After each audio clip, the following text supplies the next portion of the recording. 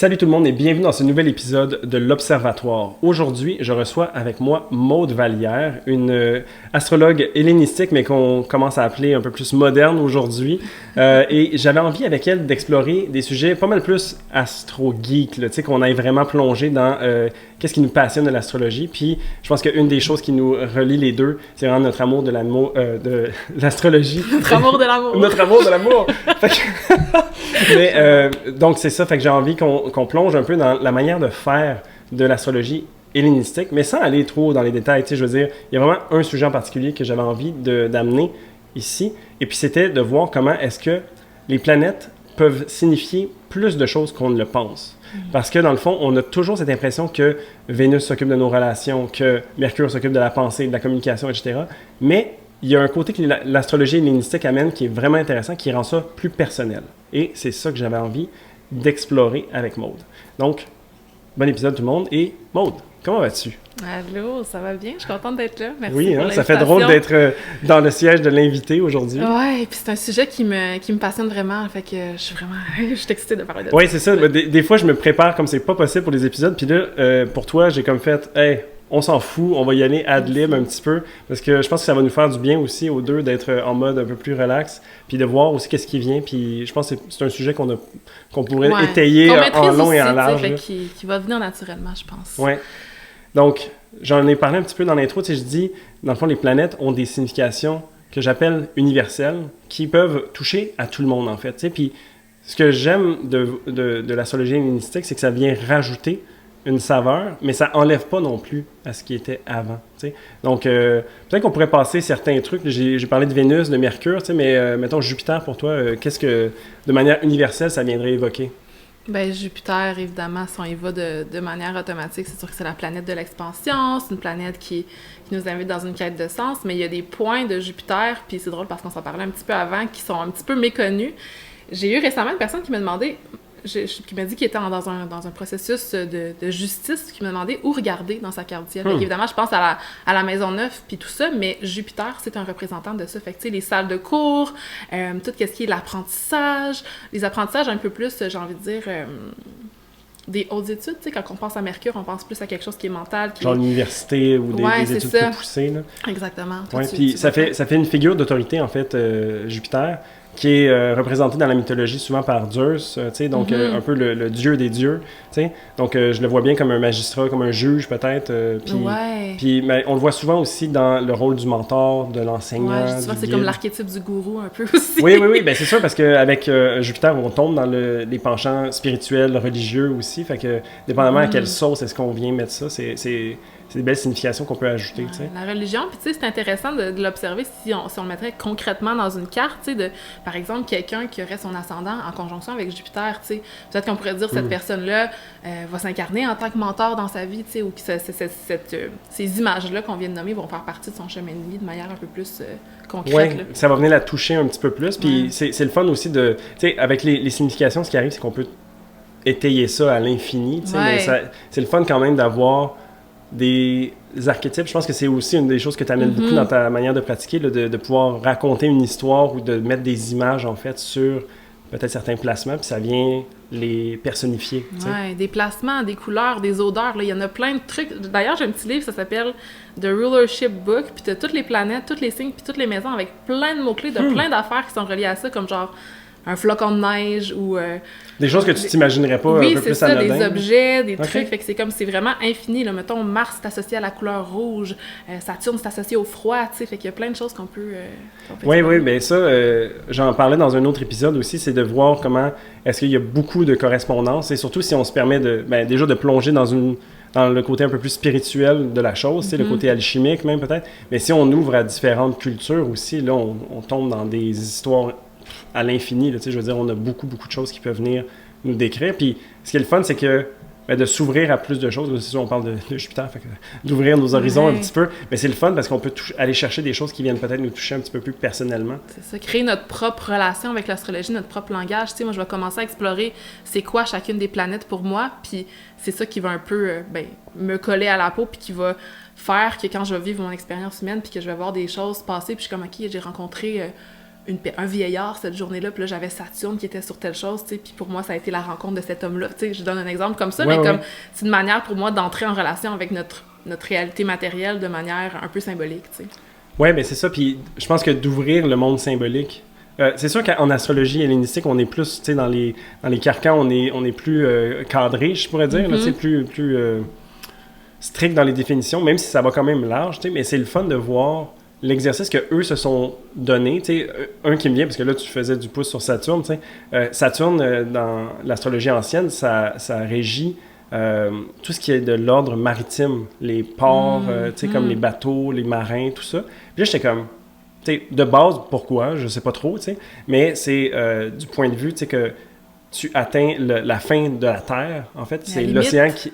la limite de la Terre ouvre vers l'océan, donc tu sais, comme la limite que Saturne représente du cosmos visible, ben après ça s'ouvre sur un infini, tu sais. Donc je trouvais ça intéressant de voir que cette association, elle a été faite comme ça, tu sais. Ouais, je trouve ça vraiment intéressant, puis je trouve que ça amène justement aussi des images pour mieux comprendre les concepts en même temps. Ouais, puis tu sais, peut-être que ça peut nous amener à soit méditer sur différents archétypes, qu'est-ce que ça peut vouloir représenter, tu sais, puis de prendre un peu les significations universelles, puis de venir les pousser ou de venir les contextualiser dans différents espaces, tu sais, comme ne serait-ce que je sais pas moi, de placer l'Internet dans le zodiaque ou dans les planètes. Quelle planète régirait cette chose-là, tu sais, c'est pas quelque chose qui a été défini à l'époque, tu sais. Je pense que ça fait partie peut-être du travail que nous, on a à faire aussi, de venir élargir ça ou moderniser, tu sais, parce que c'est sûr qu'on a moins d'esclaves aujourd'hui, tu sais, que je veux dire... Le soleil, le royaume, les rois, tu sais, oui, on peut le transformer dans le gouvernement maintenant, aujourd'hui, mais il y a plein de trucs qui font partie de la société maintenant qui n'ont pas nécessairement leur place dans les écrits anciens, tu sais, fait que, il faut prendre avec une pincette aussi, les écrits anciens ont tendance à aller dans les extrêmes, des fois. Juste un peu. Juste un petit peu. Je me dis une chance qu'il n'y avait pas des planètes transsaturniennes, parce que je n'imagine pas quel genre de truc qu'il aurait pu écrire par rapport à ça. Mais d'ailleurs, ça aussi, c'est un sujet, là, les planètes transsaturniennes, Uranus, Neptune, Pluton, tu sais, comment les thématiques de ces planètes-là, les significations universelles sont venues ils ont été influencés, en fait, par le moment où est-ce que ces planètes-là ont été découvertes. C'est intéressant d'observer ça, puis de voir que si, par exemple, on décrit le Verseau tel qu'il est aujourd'hui, c'est pas parce qu'il est gouverné par Uranus en astrologie moderne, c'est parce qu'on a basé Uranus sur le Verseau, tu sais, fait qu'il y a comme... là, je sais pas que je veux aller dans cette direction-là, parce que c'est un puits sans fond, mais juste pour faire du pouce sur ce que tu dis, tu sais, c'est intéressant de se poser la question, en fait, parce que je vois ma relation aux planètes transsaturniennes évoluer. Plus je fais d'épisodes, plus je me rends compte, genre, OK, peut-être que je veux les occulter un peu trop rapidement, ou genre, je m'en détache, tu sais, comme par respect, par révérence face à ce qu'elle représente et le peu de recul que j'ai l'impression d'avoir face à elle, parfois, bref. Mais c'est intéressant de voir, tu sais, un peu la question de la poule ou l'œuf, là, tu sais, dans le sens, qu'est-ce qui a donné la signification? Est-ce que c'est les événements qui ont été remarqués à certains moments donnés par rapport à la planète, comme au moment de sa découverte, au moment de différents épisodes historiques, tu sais, ou est-ce qu'on n'a pas plutôt inculqué certaines histoires au truc, tu sais, puis je pense que la réponse, un peu comme à chaque fois que je me pose ce genre de questions-là, c'est tout. Oui, c'est ça. Parce que, tu sais, mettons, 2 faits anecdotiques, là, mais la planète Pluton porte son nom parce que je pense que c'était la petite fille d'un des chercheurs ou d'une des personnes qui était à cet endroit-là. Puis elle a comme sorti ce nom-là. Je sais pas si ça venait de Disney ou si ça venait genre de plus un intérêt comme assez anodin de la mythologie. Puis elle a dit, ben ça pourrait être le fun, tu sais, vu que c'est la planète la plus loin, tu sais. Mais en même temps, on reconnaît très bien l'archétype de Hadès ou de Pluton dans la planète Pluton, mais c'est une enfant qui aurait peut-être accidentellement nommé la planète, tu sais, puis même j'avais entendu une autre histoire, là, il y a des... Là, c'est vraiment pas mon champ d'expertise, mais c'est des planètes, comment il appelle ça? Transneptuniennes, donc c'est des planètes théoriques. OK? Hear me out. Hear me out. Le gars, en tout cas, il finit par découvrir une manière de calculer certaines choses qui ferait en sorte qu'on pourrait définir qu'il y a des planètes théoriques, donc qui n'existent pas. OK? Il finit par en trouver une et la nommer Cupidon. Parce qu'il s'est dit, genre, pourquoi pas? Tu sais, genre, c'est une figure mythologique. Why not? OK? Ça se passe pendant la Première Guerre mondiale. Le gars, il est dans les tranchées puis il est en train de calculer ça en astrologie. C'est vraiment fou comme histoire. Mais peu de temps après, donc dans les années 30 environ, Pluton se fait découvrir. Donc on voit qu'il y a peut-être une quinzaine d'années, tu sais. Puis qu'est-ce qu'on découvre pas sur Pluton? Et quand on check ses calculs, là, qu'est-ce que lui, en fait, de manière hypothétique, était en train d'approximer? C'était la planète Pluton, en fait. Et qu'est-ce qu'il y a sur la planète Pluton? Mais je sais pas. Tu sais pas? Il y a un cœur. Ah! Je savais pas. T'as jamais remarqué? Non. Sur la planète Pluton, je pourrais te montrer, là, mais il y a vraiment comme une image de cœur. C'est pour ça qu'il l'avait appelé Cupidon. Non, mais c'est juste... Mais c'est un bel addon, en fait. Ouais. Tu sais, c'est de se dire comme... Attends, mais là, tu sais, c'est une coïncidence, c'est une synchronicité, c'est... La question se pose, tu sais, mais je trouvais juste que l'histoire était quand même intéressante de voir que... Tu sais, est-ce qu'on... Tu sais, on découvre certaines choses, mais est-ce ils sont peut-être là depuis toujours? C'est comme des aussi, symboles qui viennent s'ancrer dans notre conscience collective, peu importe d'où ce qu'ils viennent, ben ils perdurent à travers le temps puis ils laissent une marque, tu sais, un peu. C'est ça, puis c'est pas nécessairement de savoir qui influence quoi, puisque toutes s'influencent mutuellement, tu sais, fait que c'est vraiment intéressant. Je pense que c'est un sujet qu'on pourrait pousser davantage, oui. Mais c'est ça, c'est peut-être je serais pas la personne pour le faire, par exemple, parce que les planètes transgénérationnelles, c'est pas mon champ d'expertise. Ouais, on dit transsaturnienne, transgénérationnelle, aussi transpersonnelle. Fait que je pense qu'on a... Mais ça fait partie peut-être de notre travail en tant qu'astrologue moderne, tu sais, qui réintroduit l'ancien avec le nouveau pour peut-être aller vers une nouvelle astrologie. Il y a clairement du travail à faire là-dessus. Oui, mais je suis content de voir qu'on fait partie un peu de cette respiration-là. Je sais pas, je trouve ça cool. Oui, vraiment. Fait que, mettons, là, on divague un petit peu, là, mais Saturne t'a dit vieillard. Moi, j'ai parlé du côté maritime. Saturne, c'est des limitations, souvent, c'est les obstacles. La distance, la solitude, le froid. La dureté, peut-être. Le labeur, les efforts à fournir. Saturne, c'est une des planètes qu'on dit maléfiques aussi, donc c'est pas souvent c'est des sujets un peu plus sérieux qui viennent peser, lourds souvent, mais c'est une super belle planète en même temps. Ton maître d'ascendant. Oui. Tu prêches pour ta paroisse. Oui, un petit peu. Mais OK, fait que tu sais, c'est un peu ça d'habitude qu'on entend en général sur Saturne. Qu'est-ce qu'on entend sur Vénus? J'ai dit relations tout à l'heure. On parle beaucoup de relations, on parle de créativité, d'amour, de beauté dans notre ère moderne, mais anciennement, Vénus pouvait représenter simplement une femme, l'énergie féminine, les déesses. Je pense aussi à l'énergie de la luxure, des énergies qui...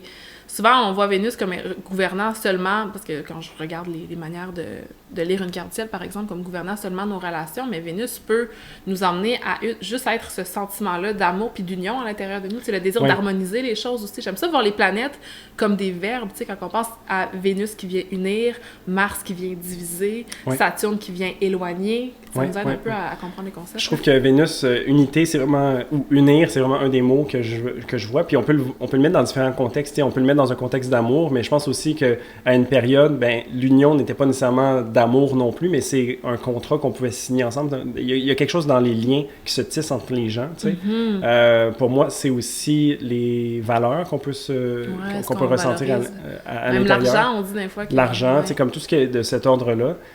Les choix aussi, à contrario de Mars qui est plus dans la décision, les choix, je trouve que ça nous ouvre à un éventail de possibilités. Puis Vénus est dans une certaine forme d'abondance, c'est une planète bénéfique aussi qui nous amène des belles choses, donc des beaux choix. Ça veut pas dire que c'est toujours des choix magnifiques, là, mais dans le sens que on a l'embarras du choix, qu'on dit, donc on peut se permettre de choisir peut-être un plus que l'autre, alors que dans une dynamique martienne, on est plus, si je prends pas A, je vais forcément prendre B. C'est comme il y a une division, en fait. L'énergie d'ouverture, tu sais. Ouais. Puis là, je t'écoute parler, puis je réalise que c'est fou à quel point, en tout cas dans ma pratique, à quel point j'utilise plus les significations de maîtrise des planètes. Comme j'essaie de réfléchir plus loin, puis je suis comme, il me semble que moi, si je veux faire des parallèles avec ma vie, je vais vraiment dans la maîtrise. Fait que on dirait que ça manque de contexte. Souvent, c'est un des trucs qui me titille de l'astrologie partagée, c'est que on peut partager des platitudes, des généralités, mais ça vient jamais nous toucher nécessairement exactement.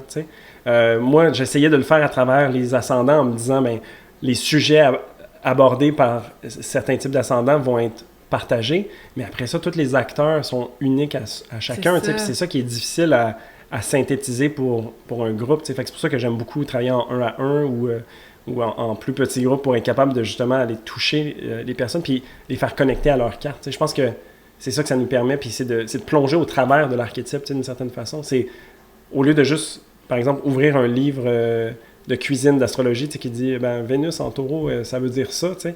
Ben, c'est comme, qu'est-ce que ça veut dire pour toi, en fait? C'est ça, c'est comme si je vois les placements, les planètes qui s'incarnent sous plein de formes. Fait que autant, oui, Vénus, dans ma carte, elle va me parler d'amour puis de relations, mais autant, moi, ça va me parler de mon identité parce que c'est la planète qui gouverne ma maison 1, tu sais. Fait qu'il y a vraiment... Il y a plein de possibilités. C'est ça que j'ai envie de voir. Puis ça me donne envie de parler d'un peu du soleil puis de la lune, tu sais. Dans les dernières années, le dernier siècle, on a beaucoup focusé sur l'astrologie d'un point de vue qui est très psychologique, tu sais, qui nous amène à voir, OK, le soleil, c'est l'ego, la lune, c'est les émotions, mais anciennement, le soleil puis la lune, ça pouvait se présenter de manière très concrète. Surtout la lune, tu sais, quand on pense à la lune, tout le monde pense aux émotions, mais la lune, c'est aussi nos circonstances de vie, tu sais, c'est tout ce qui est reflété dans notre matérialité. Qui est vraiment intéressant, puis moi, ça me parle vraiment parce que de un, ça m'aide à mieux comprendre le cycle lunaire. Tu sais, quand j'ai le soleil puis la lune au même endroit, si je vois le soleil comme étant la conscience spirituelle, puis que je vois la lune comme étant ma réalité matérielle de tous les jours dans ma vie de mode, mais quand ils se rencontrent, c'est comme si j'ai le setting parfait pour mettre une intention pour une nouvelle lune. Puis quand ils sont à l'opposé, c'est comme si ma conscience est à l'opposé de ma réalité matérielle. Fait que ce que je veux, il y a comme une dualité qui est créée. Fait que ça c'est vraiment un point qui, je trouve, qui mériterait de plus être parlé. Le soleil puis la lune puis leur signification profonde. Oui, puis en fait, ça enlève rien à la manière qu'on a d'en parler de manière moderne. Non, mais dans le sens que, on va dire, on plante des intentions, on récolte le fruit de ce qu'on a semé aux pleines lunes, tu sais. Donc, je trouve ça intéressant de voir aussi, peut-être, ben, d'un côté plus embodied, là, de le ressentir à l'intérieur de soi. Puis, pour dire deux mots, mettons, moi, c'est souvent le soleil, c'est l'esprit, puis la lune, c'est le corps. Ouais. Donc, de voir, tu sais, mettons, on a plein de plans, on a vraiment plein d'idées qu'on a envie de faire, mais on est malade. Ben, peut-être que ça serait mieux de trouver un certain équilibre, de peut-être faire un tri sur ce qui est plus important pour nous pour pas se brûler puis se détruire la santé au profit des idées, parce que c'est intéressant de voir que ça joue sur différents niveaux en verticalité, là, de voir, OK, comment est-ce que l'idée, en fait, je vais la recevoir dans mon corps ou comment est-ce que je vais pouvoir la mettre en œuvre, dans ma réalité. Puis je suis curieuse de voir quand tu parles du soleil comme étant l'esprit, mettons, là. Comment tu l'expliques? Ben, l'esprit, je trouve que... Je le comprends, mais je comprends. Ouais, esprit, âme... je trouve que c'est des mots qui, dépendamment dans quel langage on les utilise, c'est difficile de les cerner. Si j'y vais vraiment en français, tu sais... je dirais que le soleil, c'est notre âme, donc c'est comme peut-être notre soi supérieur. Tu sais, là, je rentre un peu dans l'ésotérisme, tu sais, mais genre une espèce de représentation plus élevée ou plus intangible de qui on est. Donc souvent, on va dire, tu sais, c'est notre mission de vie. Ce qui n'est pas une manière que j'apprécie trop de parler. La quête. La quête, ouais, c'est plus jeu vidéo, j'aime ça. Ouais. Une aventure. Ouais, tu sais, comme c'est un petit peu qu'est-ce qu'on est venu incarner, tu sais, qu'est-ce qu'on est venu faire descendre, apprendre, qu'est-ce qu'on est venu vivre comme quête, comme aventure, tu sais, fait que ça, je pense que c'est une belle façon de le mettre. Puis la lune, mais ça serait tu sais, oui, les émotions, parce que les émotions sont souvent vécues dans le corps, tu sais, je veux dire, en bonne lune en scorpion, I know the feel. mais c'est ça, puis c'est j'aime beaucoup le côté des circonstances avec la lune que tu amènes, parce que... c'est comme, quand tu dis embodied, là, c'est vraiment ça, tu sais. Oui, c'est que tu fais avec ce que tu as, tu sais, c'est une planète qui est de polarité plus féminine, donc on est en réceptivité face à l'environnement, contrairement aussi au soleil qui est plus en projection, qui va émettre des rayons, tu sais, vers l'extérieur en faisant fi un petit peu de tout. Ce qui m'amène à une question un peu curveball que j'aurais pour toi. Vas-y. Je suis curieux de ton opinion, peut-être, à chaud. Est-ce que tu considérais que le soleil est un maléfique? Si le soleil est un maléfique, quand il est proche à moins de 15 degrés d'une autre planète, oui. Oui, OK. Fait qu'il peut avoir un penchant maléfique, mais pas nécessairement être une planète maléfique. Ben, ça dépend aussi, après, c'est quoi ta perspective du mot maléfique. Oui, ben mettons qu'on y va dans peut affaiblir. Je pense que le soleil peut affaiblir puis prendre toute la place, beaucoup de place. Oui. Ce que je trouve intéressant dans cette question-là, c'est que on a pu voir... grâce à l'éclipse qui est arrivé, ben là on filme, vous allez écouter ça plus tard vous autres, là, mais on vient juste de vivre l'éclipse il n'y a pas si longtemps que ça, puis c'était intéressant de voir un Casimir en fait. C'est vrai. Tu sais, puis moi c'est venu me toucher dans le sens, je m'attendais pas à ressentir ça de cette manière-là, tu sais, de voir aussi comme quand on dit qu'une planète qui est en Casimir, donc qui est en conjonction parfaite avec le soleil, vient être purifiée, exaltée, vient avoir la possibilité d'exprimer sa nature de on manière voyait nouvelle. par la lune dans le ciel qui était Ouais. là, puis qui était... Puis tu sais, la lune, elle passait, tu sais, on le voyait noir à travers les lunettes jusqu'à temps que... je l'ai pas vu. Ah, mais toi, dommage. tu l'as vu. Jusqu'à temps que ça arrive exactement, puis que là, on puisse voir cet effet genre de pureté, de lumière blanche, tu sais. J'avais même pas pensé à ça, mais c'est vraiment intéressant, oui, tu sais. Parce que, mais, puis pourquoi je pose la question, c'est parce que il y a un facteur affaiblissant du Soleil, tu sais, c'est une des conditions planétaires qui est les plus sévères, je trouve, c'est une planète qui est sous les rayons du Soleil, elle est invisible, tu sais, on peut pas la voir dans le ciel le jour ou même la nuit, tu sais, comme dépendamment, là. Puis... Je sais pas. Moi, j'étais curieux de voir ton opinion là-dessus. Ouais, mais c'est ça. Je pense que c'est aussi une question de est-ce que maléfique, c'est apporter le mal ou c'est juste enlever de l'espace ou enlever de la visibilité, tu sais. Ouais.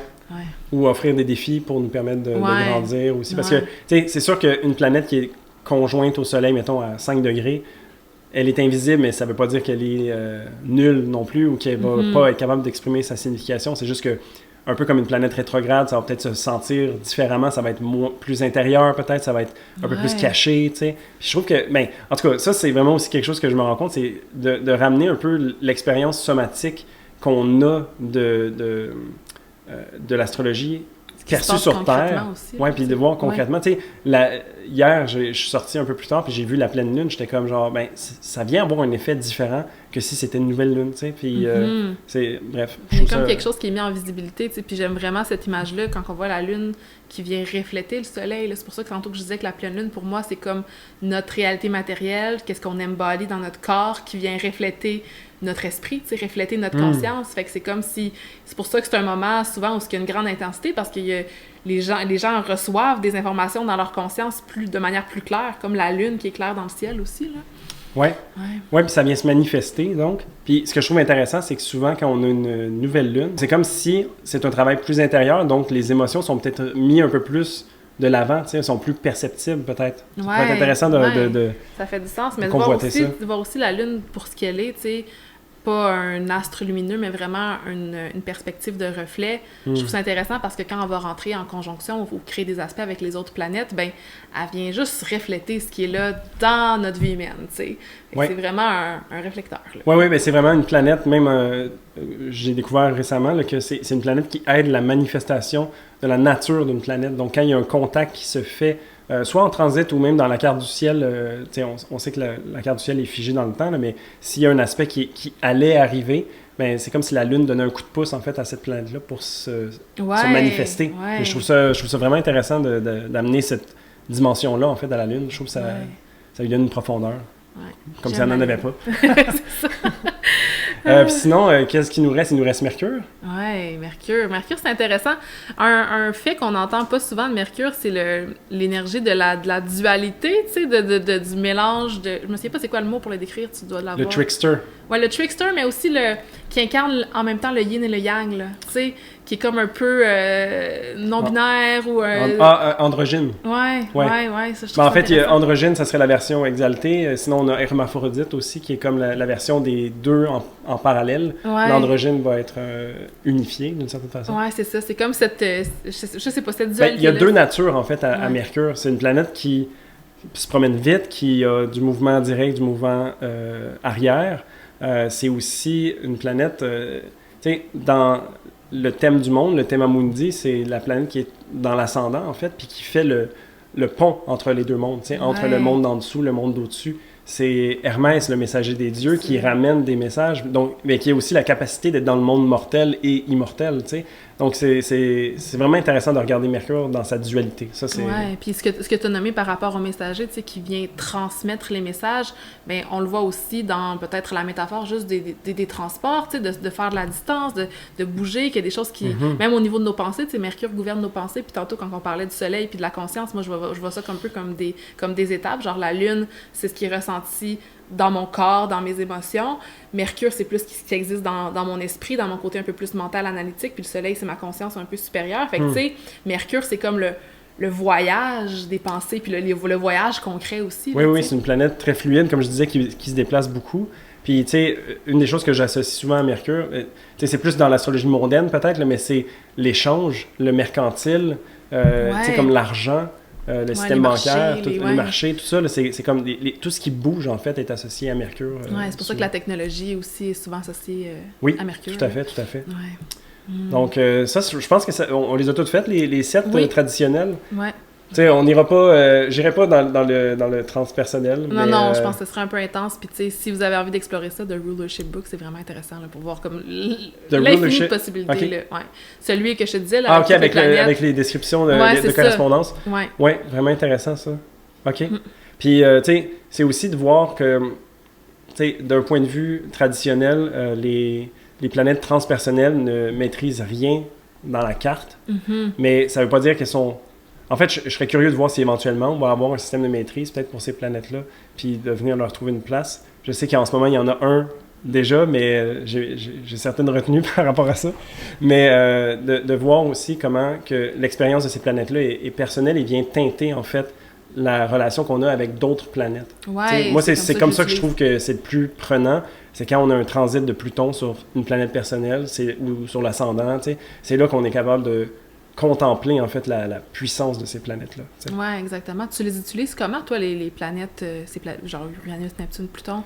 C'est vraiment pour venir voir quelle maison de la carte est mise sous la loupe de ces planètes-là. Donc, tu sais, pour moi, mettons, Pluton vient d'entrer dans ma maison 2. Donc, je sais que pour les prochaines 2 décennies, je m'attends à ce que ça bouge un petit peu côté finance, tu sais. Est-ce que ça va être bon ou mauvais? Je sais pas. Ça va être de voir aussi qu'est-ce qui va être affecté par ce transit-là. Tu sais, je sais que j'ai mon Mars qui est en plein milieu du Verseau, donc je sais que dans 10-12 ans, il va y avoir un contact, de voir aussi comment est-ce que la relation que j'ai à mon Mars, qui maîtrise certaines choses dans ma carte, va évoluer à ce moment-là, tu sais. Parce que souvent, Pluton va dire que c'est... Bon, j'ai dit qu'on n'en parlait pas, mais Pluton, c'est genre transformation, régénérescence, c'est prise de conscience aussi, c'est d'aller en profondeur sur certaines choses, de pouvoir contempler les menus détails ou de voir aussi en globalité qu'est-ce que ça fait. Fait que je trouve que c'est comme... je pense que je l'ai bien dit. C'est comme un filtre qui vient nous montrer un aspect de la réalité qui est peut-être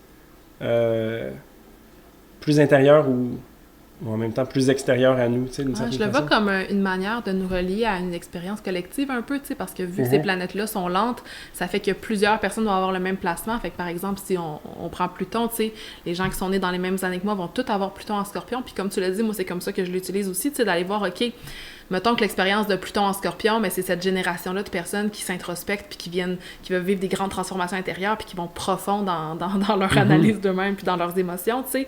Mais dans quel secteur de ta vie, dans quelle thématique de ta vie que tu le vis, cette dynamique générationnelle collective-là. Comment est-ce que toi, ton épaule est mise à la roue de cette génération-là, d'une certaine façon? Des fois, j'ai des personnes qui viennent me voir puis qui sont comme « Hey, je suis en train de... Là, je commence un gros transit de Pluton, carré Pluton. » Je suis comme « Hey, you're not alone! » Tu sais, on est tous en train de vivre ça, de vivre ça, oui. Mais c'est intéressant, ça, je vous ramènerai dans l'épisode précédent que j'ai fait avec Mélanie. On en parle un petit peu du jeu des générations. On utilise Pluton pour faire des grands traits, là, mais comme la génération de Pluton en Lion jusqu'aux alphas. Ouais, fait que c'est intéressant de voir comment ça vient se jouer aussi. Donc là, on est allé un petit peu plus de manière universelle, globale. Ça devrait parler à tout le monde. Après, aussi, dépendamment où ces planètes-là sont situées dans votre ciel, ben peut-être que justement, ça vous parle moins parce que c'est moins visible. Souvent, les maisons qui ne sont pas aspectées à l'ascendant sont plus imperceptibles ou plus difficiles d'accès pour les gens. Ouais. Mais 2, 6, 8, 12. Oui, la maison 2, la 6 et la 8 et la 12, oui.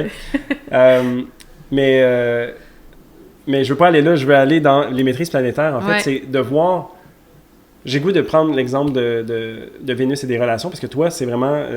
pas l'inverse, mais genre, c'est carrément autre chose. Là, oui, absolument. Donc, Vénus nous parle des relations d'ordre général. Mais pour toi, qui est ascendant balance, donc, tu es maîtrisé par la planète Vénus. Donc, Vénus, dans ton ciel, est la planète qui te représente le plus. Ouais. Et donc, en face de ça, il y a le signe du Bélier, qui, lui, va représenter les relations pour toi. Oui, donc gouverné par Mars. Fait que moi, la planète relationnelle dans ma carte du ciel, c'est Mars. Ça fait que quand je vais regarder autant ma carte natale pour analyser c'est quoi un peu ma dynamique de vie par rapport aux relations, je vais aller analyser pas Vénus, je vais aller analyser mon placement de Mars. Même si universellement... Oui. Universellement? Universellement. Aïe, aïe, aïe. Et même si de manière universelle, Vénus peut quand même me parler de comme ma relation avec l'amour, la créativité, mais plus personnellement, ben ça va être ça va être Mars. Puis même les cycles de Mars vont me parler de mes cycles relationnels, tu sais. Puis les aspects que Mars va venir créer dans ma carte vont venir toucher à mes relations. Fait que c'est vraiment... Puis on peut y aller à la hauteur de ce que tu es prête à partager, mais le fait d'avoir un maléfique qui est hors sec pour toi comme maître de tes relations, est-ce que tu dirais que de manière globale, tu as eu peut-être un peu plus de difficultés?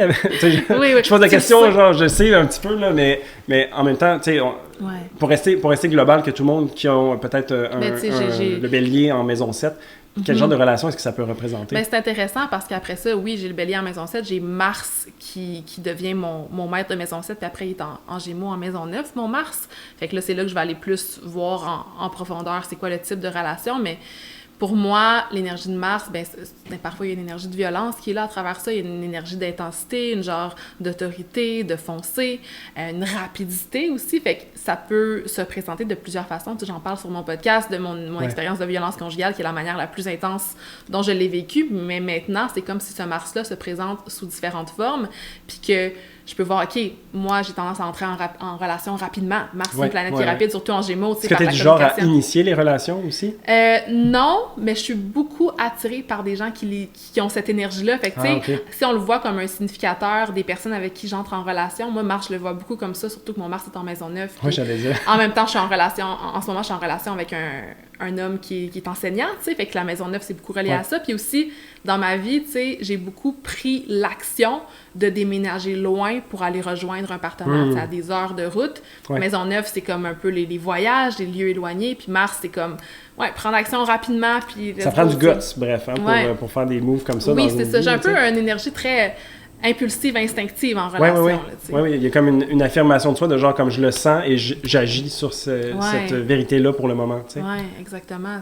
Puis après ça, on peut aller deep là-dedans, mais c'est intéressant. Oui, c'est ça, j'allais dire, genre juste, on peut aller très très deep là-dedans parce que dans le fond, de savoir qu'une planète va maîtriser un sujet en particulier, plus à mon sens que la planète de manière générale, donc en l'occurrence Vénus par rapport à Mars, c'est qu'après, Mars nous ouvre la porte sur où est-ce qu'il se trouve, quelle est la relation qu'il a avec le reste de la carte et aussi qu'est-ce qu'il maîtrise. Donc, tu sais, c'est vraiment un peu...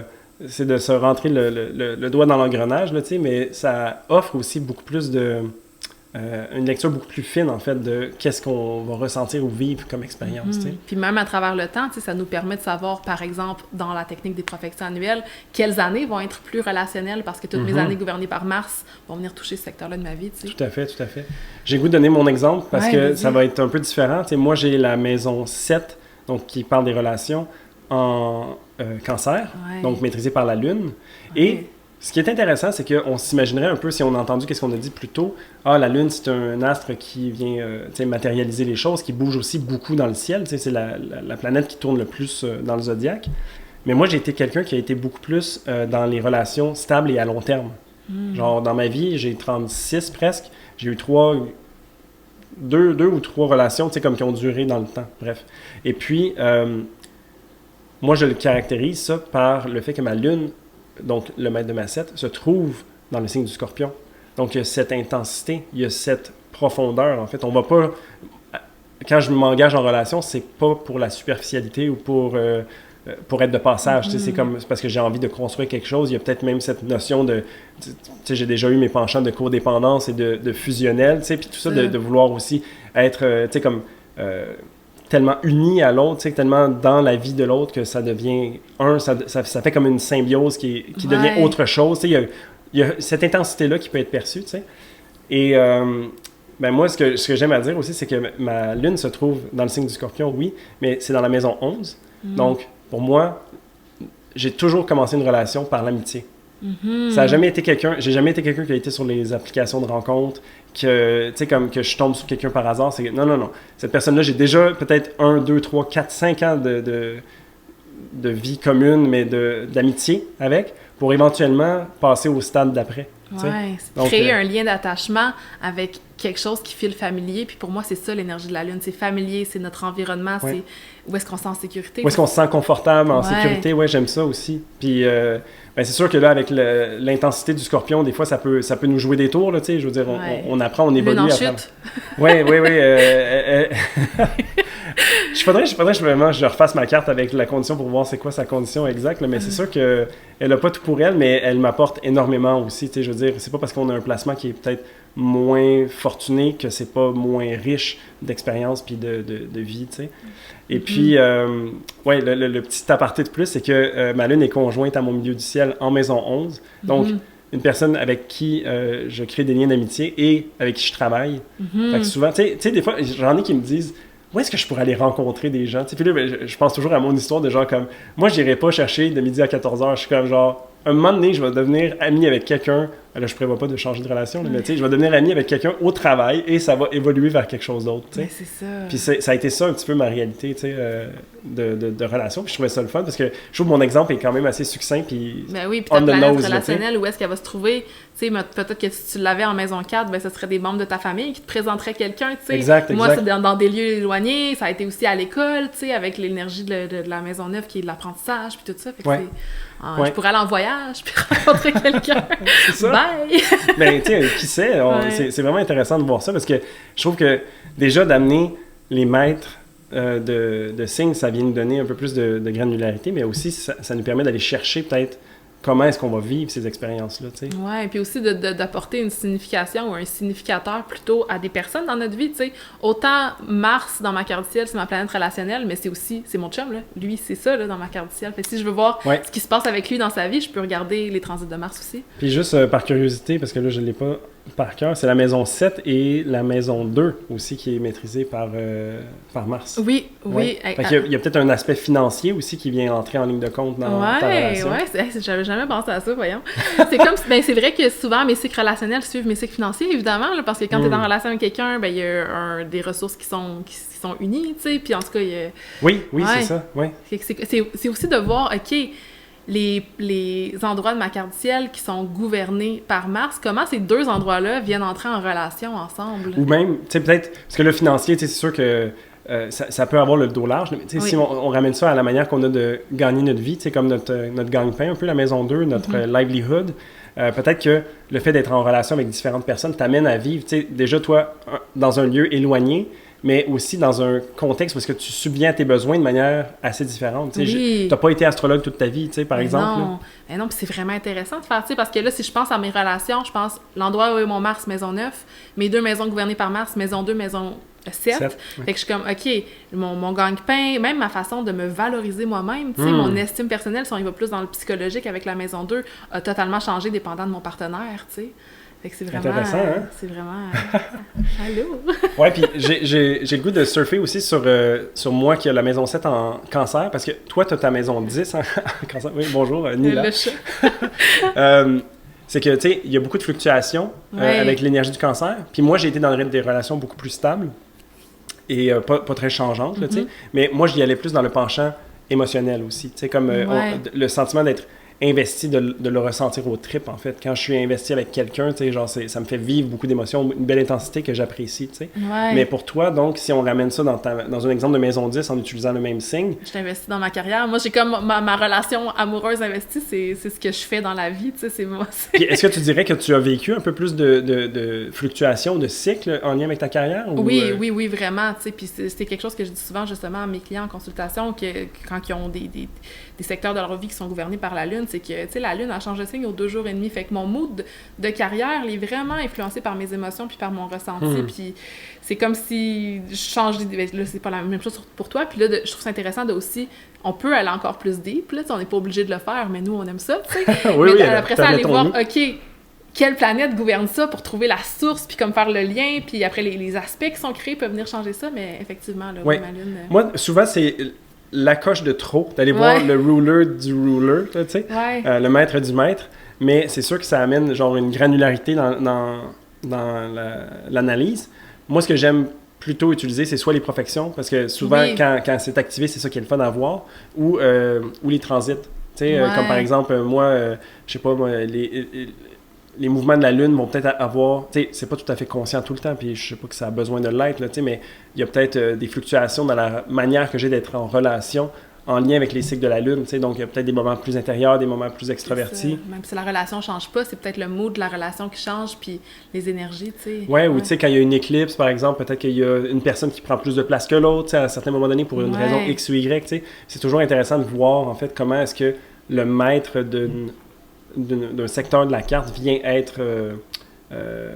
transiter dans le ciel, puis c'est quoi la relation qu'il a à notre ciel, oui, mais aussi dans la danse du moment actuel. Oui, absolument. Puis je trouve que c'est une technique qui est peu connue quand même, parce que souvent, il y a beaucoup de personnes qui sont surpris quand je leur parle de ça. La question que je reçois le plus souvent dans les lectures de cartes, c'est comme « Qu'est-ce que ça veut dire si j'ai des maisons vides? » Je suis comme « Ben, on peut les analyser, tes maisons vides aussi. » Oui, tu vas voir le maître, puis ça donne le responsable de cette maison-là, en fait, puis de voir comment est-ce que lui...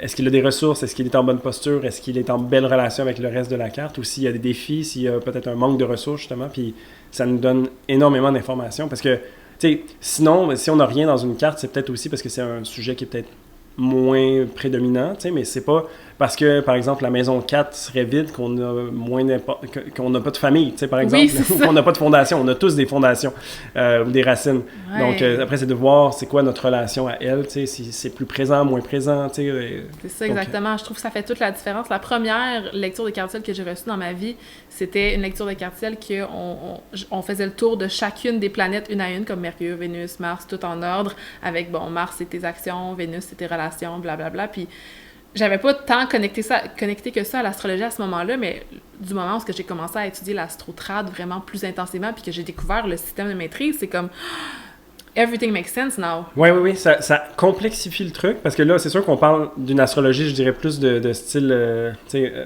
moyen avancé, là, parce que ça demande un peu plus d'analyse puis de pensée multifactorielle, parce qu'il y a plusieurs éléments qui viennent être pris en compte, mais en même temps, quand on se permet de regarder ça, puis on regarde nos vies, moi, souvent, ce que j'ai à dire aux gens, c'est ce que tu viens de dire, c'est exactement cette dynamique-là dans ta carte. Ouais. Je trouve ça fascinant de voir ça, parce que les gens viennent en astrologie souvent pour apprendre à se connaître, puis c'est juste, moi, des fois, de faire le miroir de genre, ben, ce que tu viens de faire, c'est ça. C'est ça, c'est comme ça illumine magnifique. Ta carte, puis voilà. C'est le fun, tout ça. Puis j'en ai glissé un mot, donc, avec les profections. Je trouve que ça peut être intéressant peut-être d'en parler vite fait, là, pas pour faire expliquer exactement tout ce que c'est, mais dans le fond, comment tu réduirais ça, comme de façon succincte, les profections, comme technique? Ben, je dirais que, premièrement, c'est qu'à chaque année de vie qui change à notre date d'anniversaire, on a une planète qui vient gouverner notre année, qui est placée dans un signe, puis qui active évidemment toutes les autres maisons qui sont gouvernées par cette planète-là, et l'endroit où est-ce que la planète natale se trouve. Fait que souvent, c'est 2-3 maisons qui sont activées, puis qui décrit notre année. Moi, je dis souvent que c'est comme le titre du livre de ton année. Puis après ça, quand tu vas dans le retour solaire, je dis que là, c'est plus les chapitres de ton année qui sont décrits, tu sais. OK, intéressant. Moi, la profection, oui, j'abonde dans le sens de comment tu le décris. Je vois ça comme le temps symbolique, en fait. C'est comme les grandes lignes de ton histoire pour cette année-ci. C'est quoi ton focus principal? C'est quoi... quelle planète va prendre un plus grand rôle aussi, parce que souvent, ça va... pas souvent, ça illumine une maison, donc ça illumine un signe, et ça illumine, par le fait même, un maître, donc une planète en particulier. Et qu'est-ce que cette planète-là représente pour soi? Donc, mettons qu'on prend l'exemple de ton Mars, tu sais que tes relations, la maison 7, et tes finances, la maison 2, vont être mis de l'avant lors d'une profection de maison 7. Oui, puis ça peut venir t'aider à comprendre ou venir mettre en lumière des placements que tu as dans ta carte ciel natale qui se sont peut-être pas encore présentés sous une forme... Tu sais, comme moi, par exemple, mettons, cette année, je suis dans une année de Vénus maison 8, puis, tu sais, mon Vénus natal en maison 12, tu sais, c'est quand même intense. Oui, je l'ai ressenti à certains moments, mais cette année, en étant une année de maison 8 qui est reliée au deuil, à la mort, j'ai vécu plusieurs deuils, puis je suis comme, OK... Maintenant, je le comprends, mon Vénus en maison 12, là, c'est ces événements de vie-là que ça vient représenter. Parce que c'est des cycles qui reviennent aux 12 ans, sauf que, tu sais, quand on pense à des cycles de 12 ans, je veux dire, on vit des vies carrément différentes entre 12, 24 puis 36 ans, là, tu sais, je veux dire, il y en a large, il y a beaucoup d'expériences de vie, en fait, entre ces différentes tranches-là, puis c'est de voir comment est-ce qu'on aborde ça aussi, puis c'est là peut-être que, pour moi, la révolution solaire vient prendre son sens aussi, parce que la profection nous donne symboliquement qu'est-ce qui vient être illuminé, tu sais, mais... ça illumine donc certains éléments qui peuvent être rattachés à la carte du ciel. Mais la révolution solaire vient représenter le temps réel, en fait, pour moi, qui montre comment est-ce que cette année-ci les placements de ta carte natale vont se manifester. Mhm. Parce qu'une révolution solaire, qu'est-ce que c'est? C'est, dans le fond, c'est quand le soleil revient exactement au degré de ton soleil natal, on recrée une carte qui représente notre retour solaire. Mhm. Et puis, ça donne des conditions différentes, ça représente aussi des maîtrises différentes. Donc, tu sais, Mars maîtrise la 7 chez toi, mais dans ta révolution solaire, peut-être que ça vient aussi amener des éléments de la 4. Tu sais. Mhm. Et donc, cette année-ci, tes relations peut-être sont aussi en lien avec ta famille, tu sais, ou tes parents. Puis ça pourrait être intéressant c'est toujours intéressant, en fait, de voir comment est-ce que l'histoire se déroule dans un temps plus réel, tu sais. Ouais, c'est pour ça que c'est deux belles techniques à mélanger ensemble, tu sais, parce que ça nous permet d'avoir une vision globale, puis après ça, d'aller approfondir un petit peu plus, tu sais, puis de voir à quel niveau chacun des placements va se présenter. Oui, c'est ça, puis moi, je l'imagine, je l'image souvent comme sous une forme de spirale, tu sais, dans le sens qu'on on revient souvent aux mêmes endroits, mais on n'est jamais à la même place, tu sais, sur la spirale, parce qu'il y a cette verticalité qu'on peut se permettre d'avoir. Puis les profections viennent nous montrer, en fait, notre relation qui évolue avec le temps aussi. Ouais. Puis même, j'avais vu dernièrement, tu sais, quand tu es en progression secondaire, qui est une autre technique de calcul du temps, là, quand on a des changements de signe ou de maison, ou de direction sur ces planètes-là, ça vient illuminer cette planète-là dans ton thème natal. Donc, ça peut être intéressant aussi si on est capable d'aller voir un astrologue pour tracker un peu les dynamiques de certaines planètes, pour voir, par exemple, Mars dans ton ciel progressé, quand est-ce qu'il change de direction, par exemple, et à quel moment tu pourrais sentir peut-être qu'il y a un revirement de vapeur dans la manière que tu as de percevoir tes relations, ou peut-être si tu es en relation ou si tu ne l'es pas, s'il y a un changement qui arrive à un moment T, tu sais. Puis je trouvais ça le fun parce que ça vient être un outil un peu comme la révolution solaire qui nous donne des indicateurs, tu sais, ça vient marquer le temps, en fait. Ouais. Au lieu de dire, OK, ben ton Mars est en bélier, ton Mars est en gémeaux à ta naissance, puis là, tu es rendu avec un Mars en cancer, par exemple, tu sais.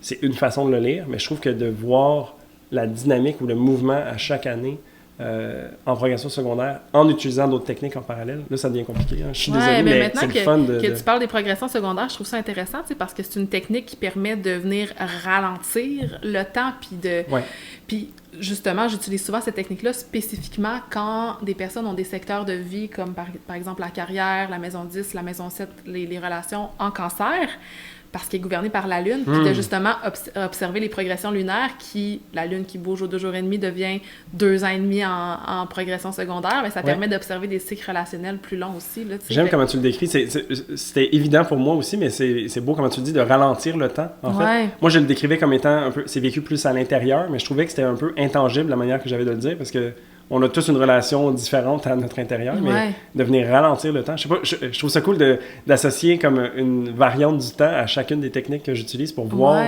comment est-ce qu'on peut naviguer un peu en 4D, si on pourrait dire, à travers ces différentes cartes qui nous parlent toutes au moment T, mais qui utilisent des dimensions différentes de temps. Oui, c'est comme voir le macrocosme avec le microcosme, puis que, par exemple, toi, avec ta maison 7 qui est gouvernée par la Lune, ben, OK, oui, dans ton cycle lunaire mensuel d'un mois, tu sais, comment ça se présente, ces fluctuations-là, mais comment ça se présente aussi dans le cycle de comme presque 30 ans hein, des progressions lunaires. Oui, dans un regard un peu plus décalé, puis...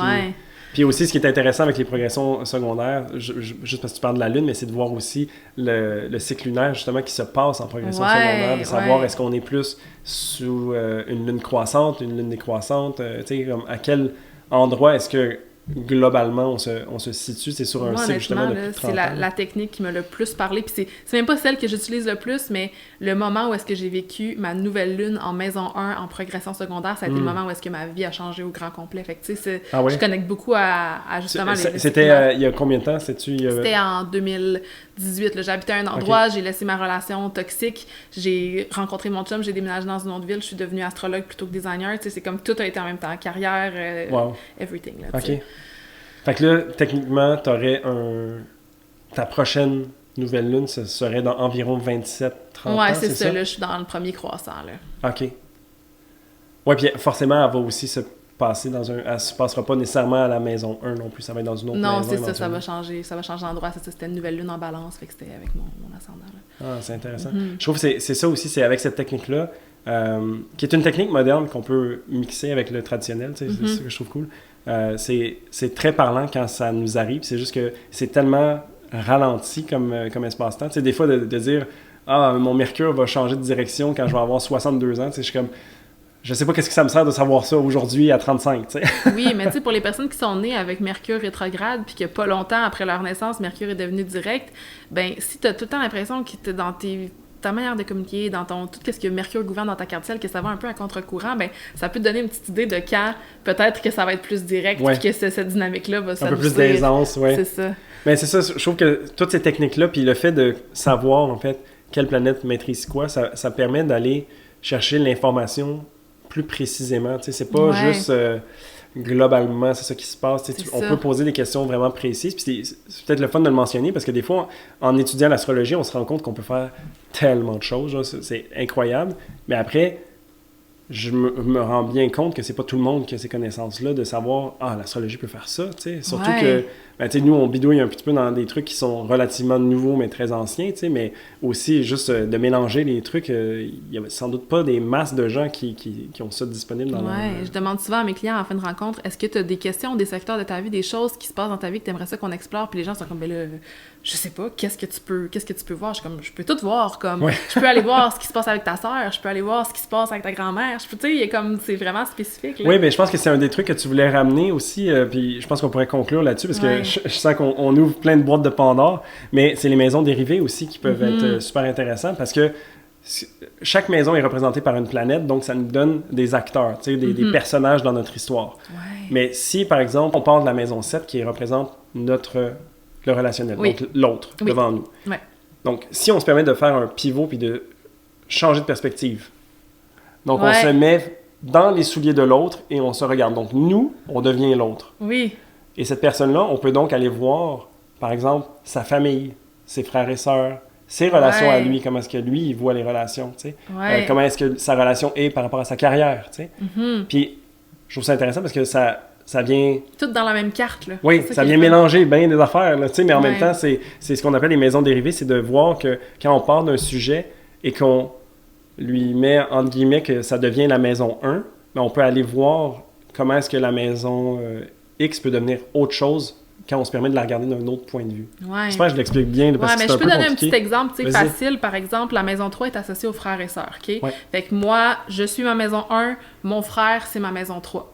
Si je regarde mon chum, qui dans ma carte du ciel est ma maison 7, ben sa sœur à lui va être 3 maisons plus loin que la maison 7. Fait que maison 7, 1, maison 8, 2, maison 9, 3. Fait que la maison 9 représente ma belle-sœur, la sœur de mon chum. Tu sais, fait que c'est tellement mieux expliqué que moi, je trouve, merci. Mais je vais te donner un exemple, tu sais, fait que c'est vraiment intéressant parce qu'après ça, ben je peux aller voir, OK, le père de mon chum, le père en astrologie traditionnelle, c'est la maison 4. Fait que si je pars de la maison 7 puis que je compte 4, ça va être le père de mon chum. Sa mère, la maison 10, je vais compter 10 à partir de la maison 7, puis je peux faire ça avec mes grands-parents, tu sais, si ma mère, par exemple, ma mère c'est ma maison 10, ben, puis le père de ma mère, ça va être 4 à partir de la 10, là, c'est vraiment complexe. Fait que dans le fond, c'est d'avoir une bonne maîtrise des maisons de base, tu sais, de la maison 1 à 12, puis ensuite de faire l'exercice ou le jeu de prendre la carte et de la tourner pour que, indépendamment de qu'est-ce qu'elle est à la base, on peut transformer.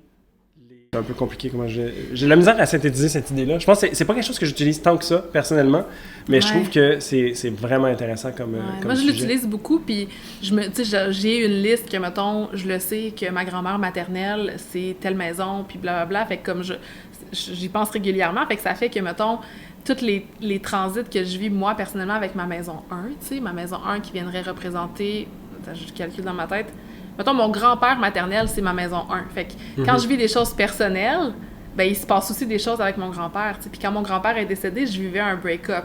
Fait que je trouve ça intéressant de voir à quel point ça peut affecter deux choses en même temps en venant faire un exercice de ça donne genre de la tridimensionnalité, de signification, en fait. Puis une façon de se sentir relié avec d'autres choses de notre vie. Tu sais, moi, j'étais comment? Moi, mon grand-père, on vit une expérience, pas le même genre d'expérience, lui, il est parti, puis moi, j'ai mais comme, c'est ça, là, c'est intéressant. Puis pas juste des personnes, des sujets aussi. Si je veux voir la carrière de mon chum, si je veux voir les enfants, tu sais, bref, c'est vraiment... Oui, puis même en profection, on peut faire ça aussi, de profecter, mais à partir de différents points ou de différentes maisons. Donc, on part de base dans la perfection annuelle de l'ascendant, puis on compte une maison par année. Mais si on veut voir l'avancement dans le temps de nos relations, mais on part de la maison 7 et on compte le même nombre d'années de vie qu'on a.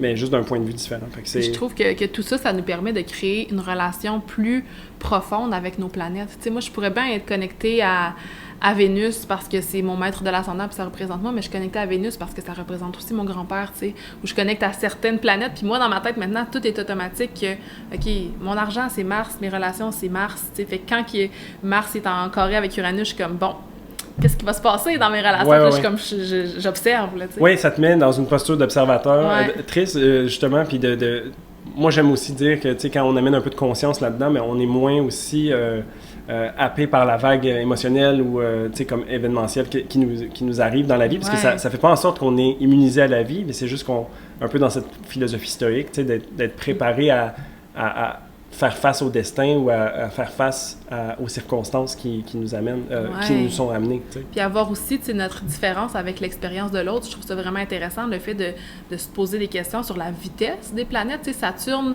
dans les planètes visibles, c'est la plus lente, fait que les secteurs de notre vie qui vont être gouvernés par Saturne vont évidemment se produire de manière plus lente. Fait que je suis comme, OK, moi par exemple, ma maison 5, des enfants, j'ai presque 32 ans, j'ai pas encore d'enfants, puis je sais pas si je vais en avoir non plus parce que j'ai Saturne en maison 5, fait qu'il y a beaucoup de choses par rapport à ça, mais tu sais, de voir, OK, comment ça, elle, tout va rapidement là, mais tu sais, regarde la vitesse des planètes, ça aussi, c'est intéressant. Oui, ça aide à contextualiser ou à relativiser l'expérience individuelle de chacun, parce que c'est vrai que des fois, quand on se regarde, on est tous des humains, certes, là, mais on vit totalement pas la même expérience. Puis oui, le ciel de base vient avoir son effet, mais de voir aussi comment est-ce que chacun des acteurs vient être mis de l'avant ou mis en lumière, puis à quel moment, tu sais. De pouvoir connecter nos expériences, je le fais beaucoup avec mes amis qui ont le même ascendant que moi. Tu sais, quand on a le même ascendant, on a les mêmes maîtres de maison, fait que souvent, on va vivre des cycles similaires. Tu sais, par exemple, si j'ai un cycle qui est financier par rapport à mon Mars en ce moment, puis mon ami qui est ascendant Balance, que sa maison des finances est aussi gouvernée par Mars, ben, on va vivre des expériences qui vont peut-être se ressembler, même si on a des cartes différentes, tu sais, fait que c'est intéressant aussi. Moi, j'avais toujours pensé que ça pourrait être une bonne idée de faire des genres de groupes de personnes qui partagent le même ascendant, tu sais, genre juste pour sharer des... Moi, j'avais tombé sur Ilay, d'ailleurs, je te salue, qui était astrologue et qui avait le même ascendant que moi, puis je trouvais ça tellement intéressant. On vivait en fait nos professions même à peu près en même temps, on a le même âge. Des fois, quand c'est le même ascendant, même âge, là, c'est encore plus deep. Oui, on avait juste 2 Saturnes différents, tu sais, mais c'était comme... C'est vraiment intéressant de pouvoir aussi relate, parce que on était 2 personnes qui se rejoignaient à différents niveaux de l'astrologie, tu sais, puis c'est le fun de savoir des fois qu'on n'est pas tout seul ou que genre c'est des choses qui vont passer, etc. Ouais, ou même d'avoir une vision. Là, j'ai une de mes amies qui vit toutes ses professions avant moi, de celle que je vais vivre l'année prochaine, fait que je regarde sa vie puis je suis comme that's what's coming for me. En fait, on a 6 mois d'écart, elle puis moi, fait que c'est vrai que genre quand elle a passé en maison 1, j'étais comme good job, moi il m'en reste 6 mois de maison 2 encore. Mais c'était fun de voir aussi l'évolution puis de s'imaginer après, OK, ben tu sais ça va être quoi pour moi quand, tu sais, sans créer d'attente nécessairement, mais c'est juste le fun de jouer avec ça, de conscientiser ça. D'observer, là. Ouais. Le podcast porte bien son nom. Oui. Fait que je pense que ça fait pas mal le tour de ce que j'avais envie de discuter avec toi. Oui, c'était le fun. Ça a comme allé partout, beaucoup plus loin que je pensais. J'espère qu'on vous a pas trop mélangé, mais peut-être que ça va ouvrir aussi à d'autres sujets, à élaborer différentes techniques. Sinon, que de montrer les possibilités de ce qu'on peut faire en astrologie, parce que c'est beaucoup de choses que les gens connaissent pas. Oui, peut-être. N'hésitez pas à nous poser des questions si vous êtes complètement perdu en commentaire, de dire « Attends, qu'est-ce qu'il parlait déjà des professions secondaires? » c'est ça. Il y a beaucoup de détails. Mais bref, comment je pourrais conclure ça? C'est que ce que je trouve qui est le fun avec l'astro-trad, ça vient nous montrer un peu comment est-ce que notre ciel vient se déployer, qu'est-ce qu'il représente pour nous. Donc, ça nous fait cultiver peut-être une relation un peu plus personnelle. Puis je trouve ça le fun de pouvoir dire ça parce que souvent, le point de vue que même moi j'ai, c'est que l'astrologie hellénistique est plus objective, factuelle, fataliste, ou genre détaché, mais je trouve que ça nous met quand même en lumière différents acteurs qui prennent vraiment vie à travers notre carte, puis je trouve ça le fun de voir ça se déployer, tu sais, puis de voir aussi comment est-ce que chaque personne n'est pas mise de l'avant tout en même temps, tu sais, genre, je sais pas, il y a quelque chose de beau, tu sais, on dirait que ça raconte une histoire, en fait. C'est pour ça que moi, je suis tombée en amour avec l'astrotrad, c'est vraiment que c'est ça nous permet d'aller plus profondément, de connecter à chacune des thématiques de notre vie, puis de prendre des chemins qui sont surprenants, tu sais, puis de connecter à ça de manière personnelle, comme tu l'as dit. Ouais. Fait que voilà, j'espère que ça vous donne envie de peut-être connecter à votre ciel de nouvelles manières. Tu sais, les deux, on offre des consultations d'astrologie, fait que si jamais ça vous intéresse, ben, vous savez où nous trouver. D'ailleurs, ben, est-ce qu'il y a peut-être des manières un peu plus faciles pour toi qu'on te rejoigne? Ben, mon site web, maudevalière.com, tout est là. Je vais mettre ça dans la barre de description aussi. Avec, on te retrouve sur Instagram, puis aussi nouvellement sur YouTube. Oui, sur YouTube maintenant, j'ai mon podcast. Oui, j'ai mon podcast Décoder l'astrologie, puis... des fois, j'ai des épisodes audio, des fois, j'en ai vidéo, là, mais j'essaie de tout transférer vers la vidéo parce que je trouve ça le fun.